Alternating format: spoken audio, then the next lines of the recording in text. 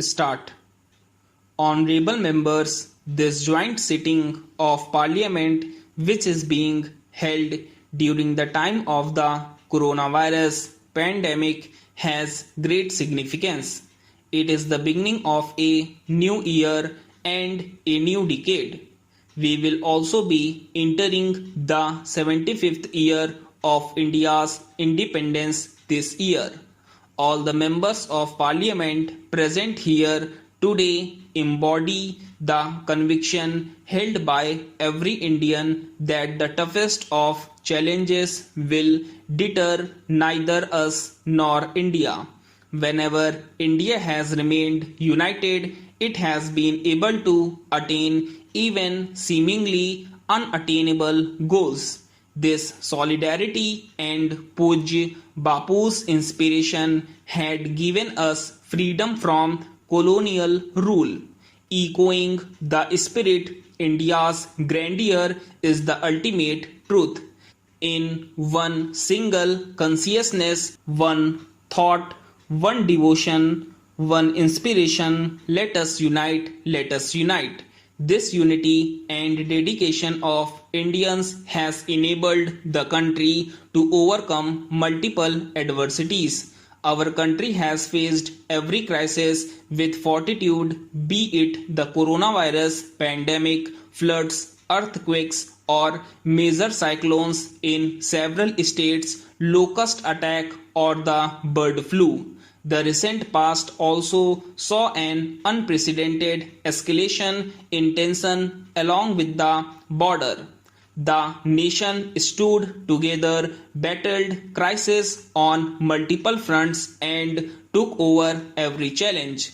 During this period, we all have also witnessed the unparalleled courage, endurance, discipline, and spirit of service of our countrymen.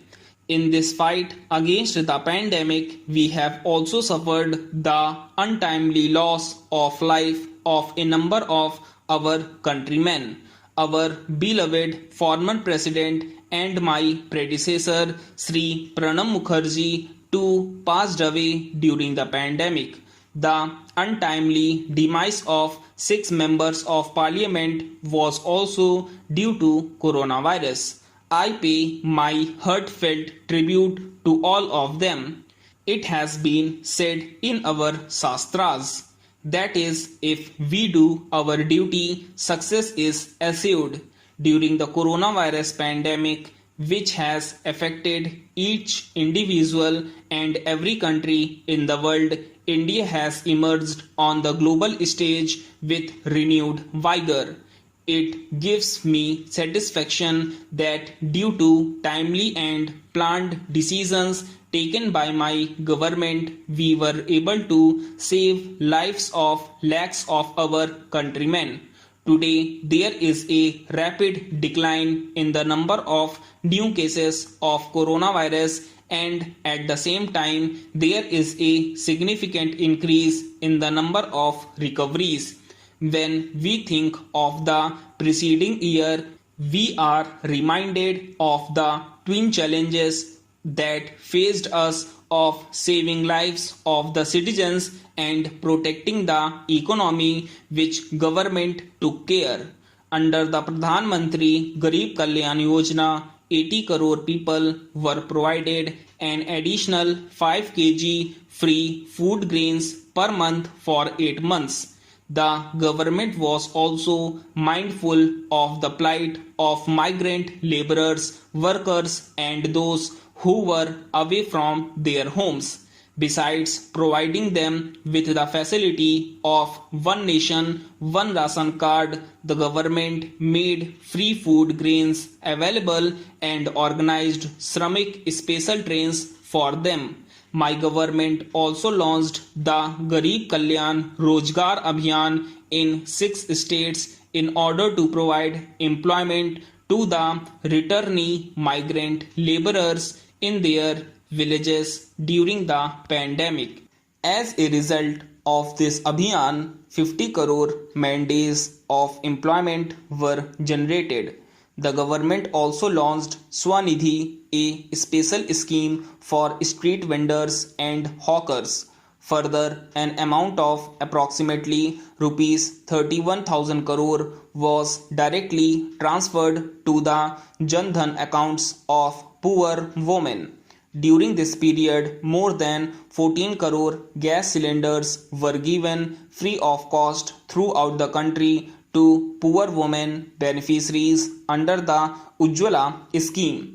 Through all its decisions, my government has set an unprecedented example of the collective strength of federal structure. The collaboration between the central and the state governments has not only strengthened democracy but also enhanced the prestige of the constitution. The dream of an empowered and free India, which our freedom fighters had envisioned, was also based on the idea of self-reliance of the country. Under these circumstances that emerged during the coronavirus pandemic, when each country was prioritizing their own requirements, we were reminded of the significance of developing a self-reliant India. During this period, India has demonstrated its scientific capabilities, technical expertise, and strength of its startup ecosystem by developing a network of over 2200 laboratories in a short time span, manufacturing thousands of ventilators, PPE kits, and test kits, thereby attaining self-reliance. It is a matter of immense pride that India is conducting the world's largest vaccination program.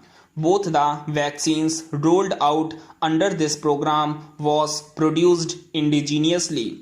By making lakhs of corona vaccine doses available to several countries, India has fulfilled its obligation towards humanity in these times of difficulty. The accolades being showered on India globally for this work, along with the essence of our age-old cultural tradition of and endeavor to work for human welfare, is imparting strength to our efforts. The gains from the work done by my government in the healthcare sector in the past 6 years were visible during the coronavirus pandemic. During these years, emphasis has been placed not only on modernizing the healthcare systems but also on prevention of diseases, including programs such as Rashtriya Poshan Abhiyan. Honorable members, in order to develop healthcare facilities across the country, commensurate expansion in medical education is equally important. In 2014, there were only 387 medical colleges, but today there are 562 medical colleges in the country. In the last 6 years, there has been an increase of over 50,000 seats at the undergraduate and postgraduate levels in medical education. Under the Pradhan Mantri Swasth Suraksha Yojana, the government has also sanctioned 22 new AIIMS. The central government has laid the foundation for historic reforms in the field of medical education by establishing the National Medical Commission along with 4 autonomous boards. The decades-old Medical Council of India has been replaced with the National Medical Commission as a part of these reforms. Atmanirbhar Bharat Abhiyan is not just confined to manufacturing in India but is also a campaign aimed at elevating the standard of living of every Indian as well as boosting the self-confidence of the country. Stop.